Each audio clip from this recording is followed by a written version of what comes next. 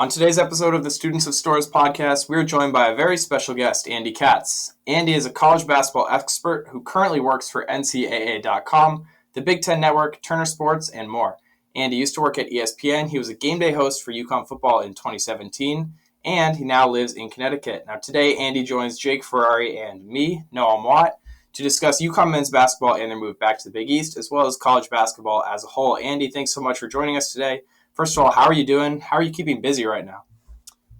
Well, luckily, I actually have a home studio that Turner put in for me. So that was back in January. And it's worked out great because I've been doing Skypes and Zooms for all the different entities you've rattled off. Big Ten Network, Fox Sports, March Madness, West Coast Conference, and the Pac-12, in addition to even more stuff I've been doing for NCAA.com. We've been doing the social series with multiple doctors, trying to get a handle of where we are with COVID-19 and how it affects college athletics, and then doing our podcast for March Madness 365. So I've stayed relatively busy. I mean, right now in mid-April, this is actually kind of the time I would have slowed down because I would have been coming off being on the road for a full month with the NCAA tournament. Wow, so staying busy. So you said you had a studio installed in your house in January, and that allows you to do all sorts of video stuff now. It's pretty cool.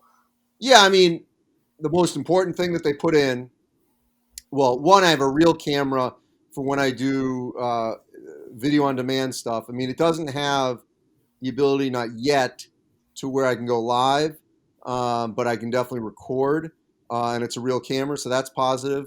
When I'm doing Skypes or Zooms, I'm still using my laptop. But the most important thing that I have learned over these years is lighting. And I have professional lights, a donut hole backlight above me, a giant umbrella light in front of me. It's got a soundproof wall. It's a little mini space, but it looks 1,000 times better than before when I was just recording stuff in really the last few years. So that's what's most important thing. And it was totally unrelated, obviously. This was back in early January, so had nothing to do with our current crisis. But yeah, that's been huge because the lighting is everything. Absolutely. So no lighting today, just audio, but we're very glad you're here. And Jake, how are you doing?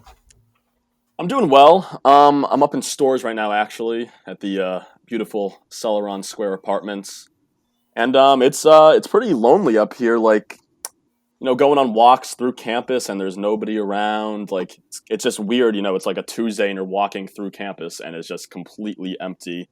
Like nothing you'd ever seen before. I assume it's more dead now than it is during the summer, just because there's people always working here over the summer, taking classes and whatnot. Other than that, I got schoolwork to do, keeping up with my UCTV responsibilities. Got the quarantine goatee going right now. Mixed reviews on it. So we'll see where to go from here, but just trying to get through. Well, I will say this, guys. I hope that, college students, because that's my livelihood, are allowed to be back on campus in the fall. Because it's pretty clear, and we saw these conference commissioners, have a conference call with the vice president, and not sure why this needed to be said because it should have been obvious, but we can't have college sports without college students, and it's not the pros. You can't create some sort of biosphere bubble like the NBA and the NHL are, at least discussing. We'll see if it ever happens, but we need college students on campus to have college sports. Doesn't mean necessarily they'll be in the stands yet. We don't know about that, but we need them on campus. And so however that's going to happen in the state of Connecticut, if that means we've got to make sure that there's testing, which I hope happens sooner than later, before any student comes back on campus, please, Governor, let's get it going. We've got a couple months, and hopefully no decisions will be made before, I think, July 1. I mean, I'm not an administrator, but the later we make a decision, the better it is for all of us, because this is changing. And as I witnessed myself when I was at the Big Ten tournament, I mean, it was changing by the hour, by the minute, and it still will do that over the next month to 2 months we're heading in the right direction. It's just taking a long time, but things are going to be better. So let's wait on any kind of decision on the fall until our last possible date. That's my soapbox moment. I completely agree with you, Andy. And I obviously big sports fan. Want to watch sports, have nothing to do, wish there were live sports on. But like, even if sports do come back, the second that somebody says that they're positive for COVID-19, then everything's gonna happen again like it did that one night in the NBA when Gobert had it. It's just all gonna fall apart unless they have all these measures in place. Like you said, it's important not to jump too early and get people, put people in harm's way. Well, but the reason I don't want to go too much on this tangent, I would just say that I have to believe this isn't 1918, it's 2020, and so what was done on March 12th will be different than August 5th. I mean, I would just hope that we are better prepared. We have more testing, more ability to trace. Obviously, it'd be wishful thinking any kind of vaccine that soon, but people would be better prepared. There's no way we would be blindsided. And so if there's a test beforehand, if that player has to be quarantined or that, whoever was involved in that, then so be it. And, could we have scenarios where certain teams, may have to sit down? Okay. I mean, it's not going to be the exact same. We know that, but it's better than nothing. And clearly there are ways to social distance, masks, testing, all these things that I think still can exist on a college campus because obviously, we gotta find that balance. It cannot be the exact way we're living now, deep into November, December, because it's just not sustainable.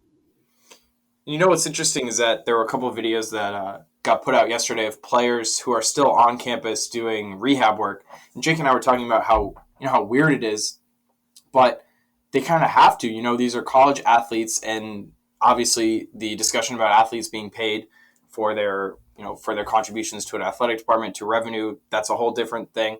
But these athletes have to get healthy, and they have to be prepared for a season that's upcoming. And so you got players like Avina Westbrook and Cook who are still receiving the same care that they would if school were going on, but there's no school, there's no people there. Life is just so abnormal right now. Let me dovetail on that because it's interesting you brought that up, because part of our social series that will be on Friday night at 7:00 at NCAA on Twitter, and you can watch it, but we taped it, so I'll just tell you a little tease from this. So I had Andrew Baselli on, who's a Florida State lineman. He is recovering from, or has recovered from, COVID-19. In fact, his whole family got it. His father, Tony's a former football player in the NFL. And we had a team physician from the University of Colorado. And so I brought up that a week ago I spoke with Marcus Zagorowski, who's a starting guard for Creighton, who had knee surgery at home in Massachusetts. But he is flying back to Omaha to go to Creighton because he needs rehab.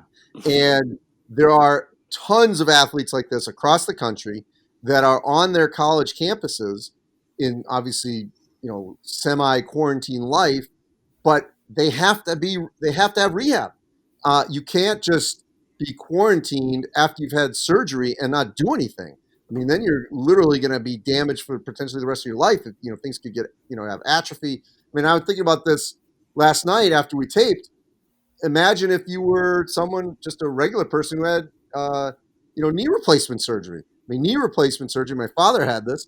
I mean, you can't not do your rehab or your leg is literally going to stiffen and it will be permanent that way. So there has to be outlets for athletes and ultimately the rest of us post-surgery to continue to rehab. And that's something that's not been openly discussed, but it is going on, and it should, because, we those athletes and these people that have had surgery need it. Right. It's fascinating. It's so weird that, it's so weird to see, like, in some spaces, like University of Creighton or Connecticut Sports Medicine Department, life still is going on because, like you said, it absolutely has to. Now, one thing I just want to add to that, things have changed in that realm. They were telling me, just to finish my thought on this. So training rooms used to be very communal. the trainer could be a therapist, and everyone just comes and hangs out. So the difference now, and I think this will be going forward, is you have an appointment, almost like the rest of us going to the doctor. So you come in, you do your treatment, and you leave, and then they wipe everything down.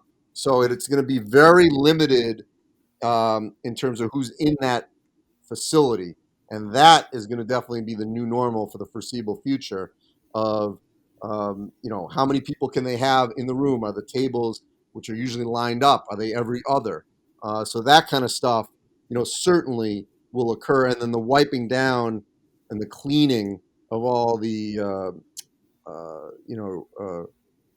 rehab material or weights, everything is going to continue.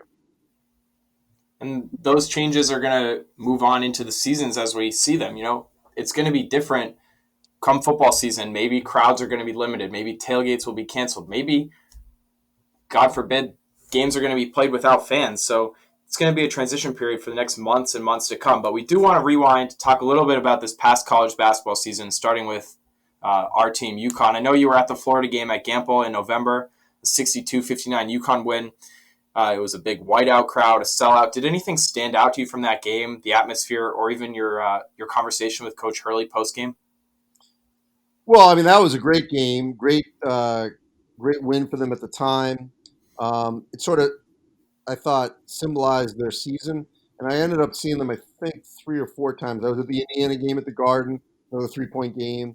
I'm looking here at the games. I was at the Wichita State game. It was a great game, double overtime loss, 3-point game.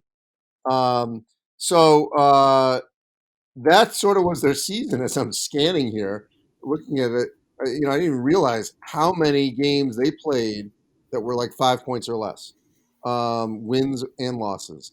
And that sort of shows on one side, they weren't good enough to separate themselves, and the other, they were never out of it for the most part. They were just a gritty bunch, played their tails off, defended, were frenetic, and I think that's the personality that they're going to continue to have going forward, which is, positive for the health of this program. Yeah, so tons of, close games, 4 or 5 point losses. They had a stretch of, I think, 4 straight 6-point or fewer losses, culminating, I believe, at Houston. And then from there, they turned it around. You said you made it to the Indiana game at MSG. I know our own Eric Licchio caught up with you as you guys were getting off a train close to the New York border. And you talk about this is good for this UConn program. As someone who lives in Connecticut, what was the excitement like? Did you sense that it was a palpable energy around this UConn team this year? I wouldn't go that far. I would say that the expectations were limited. I don't think people really thought this was a tournament team. Maybe they had a chance to be on the bubble. But there's no question that joining the Big East is a lifesaver for the program and the department. Maybe not for football, but certainly for the rest of the department.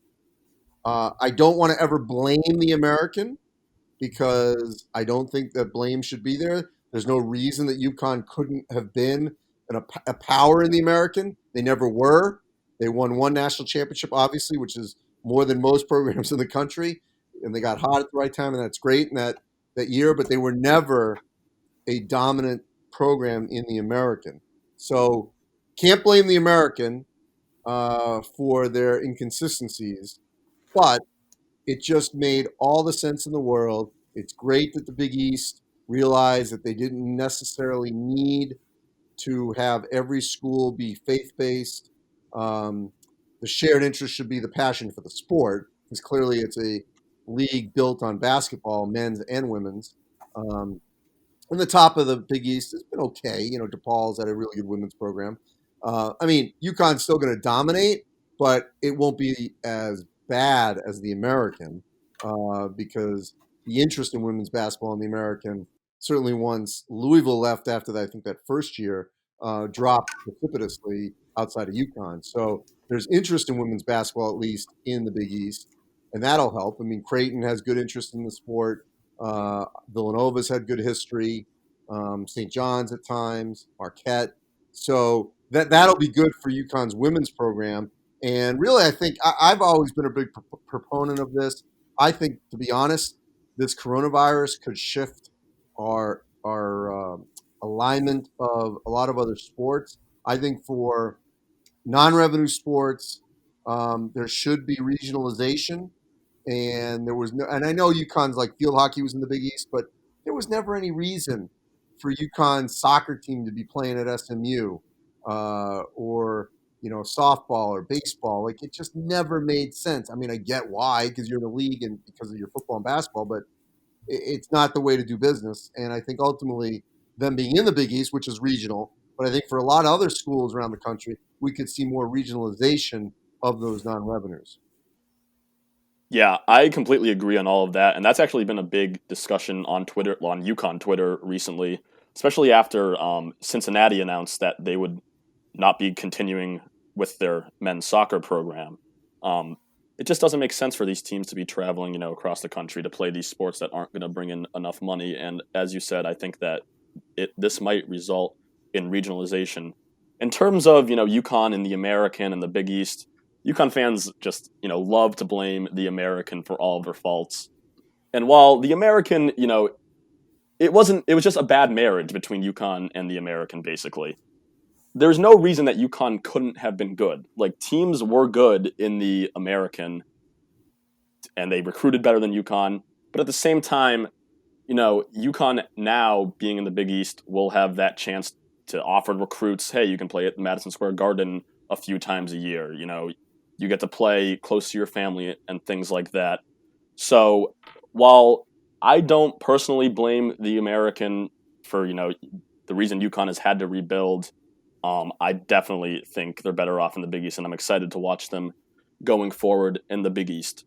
So now, kind of moving away from UConn into a more, broad topic. Tournament obviously got canceled this year. I think we got robbed of what was going to be a thrilling tournament, given that there was no one favorite. Like last year, obviously everyone thought Duke was going to win. This year, the college basketball landscape was wide open. We just want to get your thoughts on how you think that the season would have turned out, and did you have a favorite that you thought would win the tournament? Yeah, I mean, I agree with you. It's one of the sort of the empty feelings we all have about this past season because it would have been wild. There was no front runner. I do think that Kansas was playing the best basketball of anyone. So was Gonzaga, and I would have loved to have seen whether or not they could have gotten there. So was Dayton. That would have been tremendous to see if Dayton could have gotten to a Final Four. There were so many great storylines with Cassius Winston at Michigan State, Miles Powell at Seton Hall. All these things they got robbed of. Not that you wish the virus would have been 3 weeks later, but just, you lead up to something and then it's just taken away. So it's obviously very disheartening. But I don't think that trend is going to change. I mean, I just put out my Power 36 2 weeks ago for next season, and obviously everything's up in the air because of transfers and the draft. But the same, I think the teams will be better because there'll be more experience back and there'll be more of them, but I still don't see a dominant team. Gonzaga, Baylor, Villanova, Creighton, Iowa, Wisconsin. These are all schools that I had near the top, but they're all beatable and they're not going to strike fear in anyone. And so it lends itself to, I think, having maybe not as wide open a season as we just had, but I think it certainly could be comparable. Now, we do want to hop into that preseason top 36 in a moment. Do want to take a quick moment to remind you that Gansett Wraps, located at 12 Royce Circle in Storrs, is still open for business. They're offering curbside pickup as well as delivery service during the normal hours. So if you're listening, please consider supporting a local business during these tough times. For more information, head to www.gansett.wraps.com. Check them out on Facebook or download the Gansett Wraps app. Now, Andy, you have UConn on the bubble in your preseason top 36. Do you think that they can jump into that top 36 at some point this upcoming season? And then a follow-up for that, do you see them making the NCAA tournament? So I had them in my bubble group, if you will. So the answer is yes. Got to see how the whole roster comes together. But there's no question that they will be in the mix.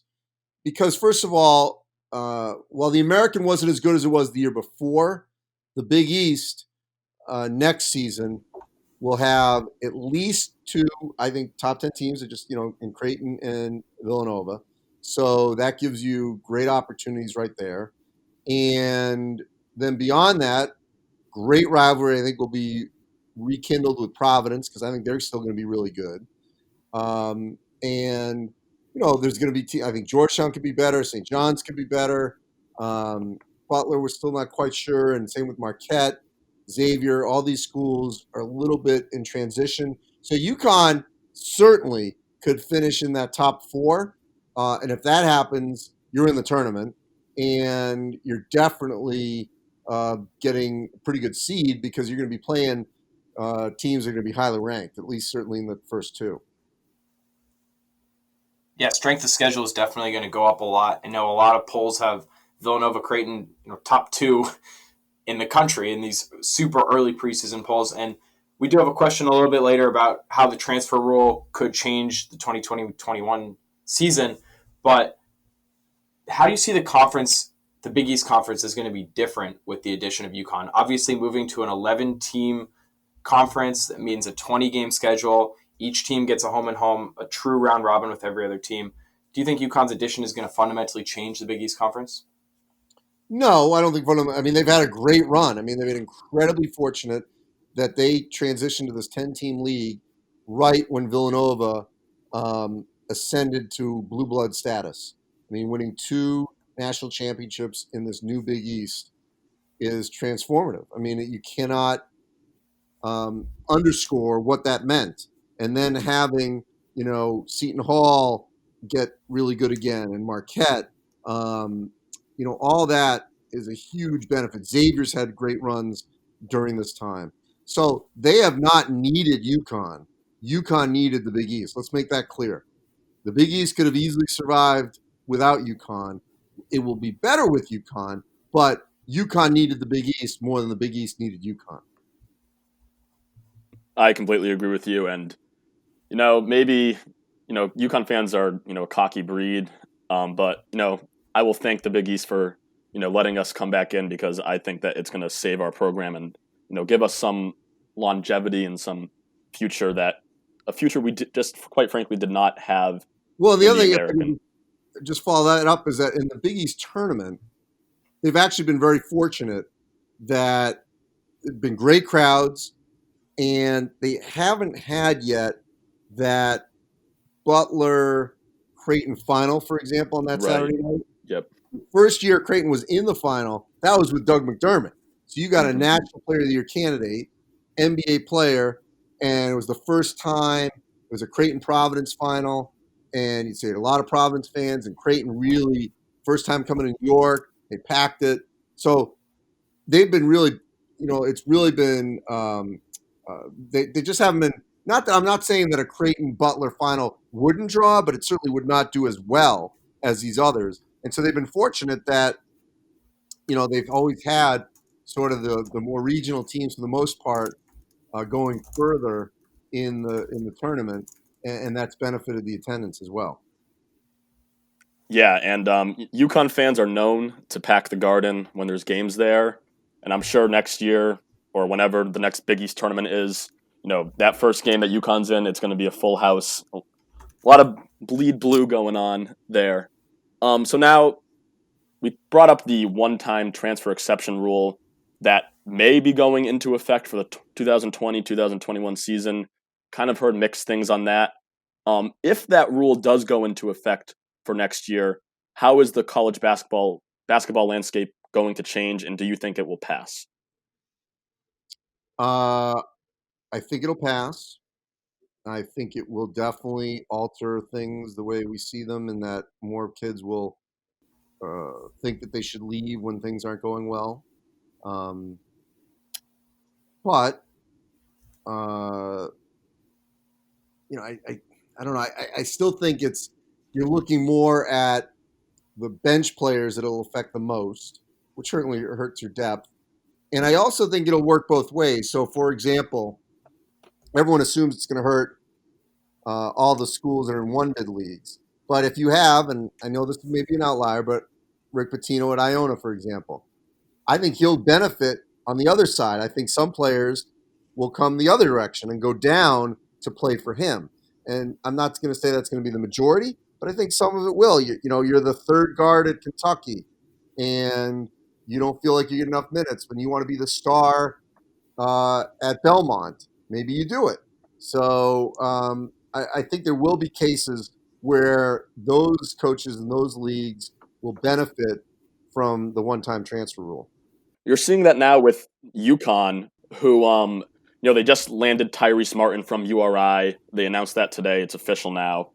But because of that, because UConn was looking for a forward type, Sid Wilson transferred out, and it's been floated that he's going to go down to a mid-major school. That's a top 100 guy who's going to be playing a lot of minutes in a mid-major league. So definitely a benefit there. I think that's interesting too, where you talk about maybe dropping down to a mid-major team to be that guy. And now, obviously, Obi Toppin wasn't a transfer, but he was the face of college basketball this year, and he wasn't playing for a power conference. And now you see a guy like his brother, who you never know could have untapped potential, transferring out from URI. You don't know where he's going to land. You don't know if he's going to move up or stay in that same mid-major level. But this whole one-time transfer exception rule is going to change the landscape of college basketball. It's going to be fascinating to see. So for our last segment, I have 3 rapid-fire questions to ask you. So the first one is, what's your favorite basketball moment you've witnessed all time? Wow. Or this season, if we want to make it easier. There's 2 that immediately pop in my head. And we're both in the last moment of a game in the national championship. To me, number 1 is the Chris Jenkins shot at a great vantage point courtside. Seeing that go in, the 3-pointer to win a national championship, the confetti, everything. Just it all happened just all like it was a script. And you just caught up with Chris Jenkins the other day, right? Yes, and he was on our podcast a couple weeks ago. And number 2, actually, I was on the other side of the court, so I wasn't on the basket side, so I saw the shot, but it also again was 2010 Butler Duke, Gordon Hayward. I actually was on the Duke side of the bench, and just seeing the shot go up, and it would have obviously been one of the greatest of all time if that shot had gone in and Butler would have upset Duke in Indianapolis with that kind of a shot. So those are the 2 that immediately come to my mind that I feel privileged that I was right there to witness. I think that Chris Jenkins shot is one of the best shots in basketball ever. I mean, the play itself was a perfectly drawn play. The shot, the anticipation, you can see the entire stadium like sort of inhale as the shot goes up, and then boom, goes in. The place just goes wild. Now that moves me into my next question, which is, what do you think is the best atmosphere in college basketball? It's Kansas. I think I've lost some hearing at Fog Allen. It's just there's a lot of great ones, but I think that one's the best one. Good. And then our last question, a little bit more specific to these days in quarantine. What's your favorite sports movie?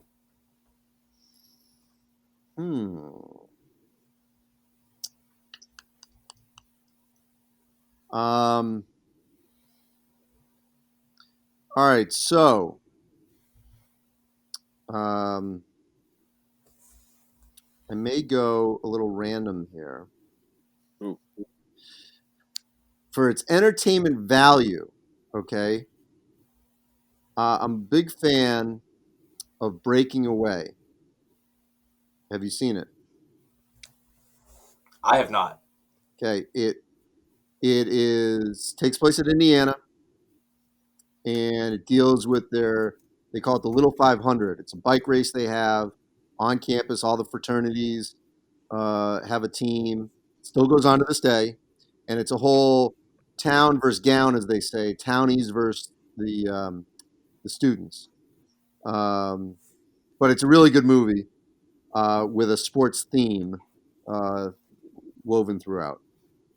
A little off the beaten path there. I actually went out to Bloomington this past fall to watch UConn football play there. Great campus, can't wait to get there for a basketball game eventually. Assembly Hall, that place is full of a lot of magic. Andy, thank you so much for joining us this afternoon. Really great to hear from you. Good to hear your insights on the coronavirus, on UConn basketball in general. We're very, very thankful for your time and for coming on the podcast today. All right, stay safe, everyone. Best of luck. Be well, and hope to see you soon when this all returns back to normal. So for Jake Ferrari, Andy Katz, I'm Noam Watt. This was Students of Storrs podcast. We'll see you next time, everybody.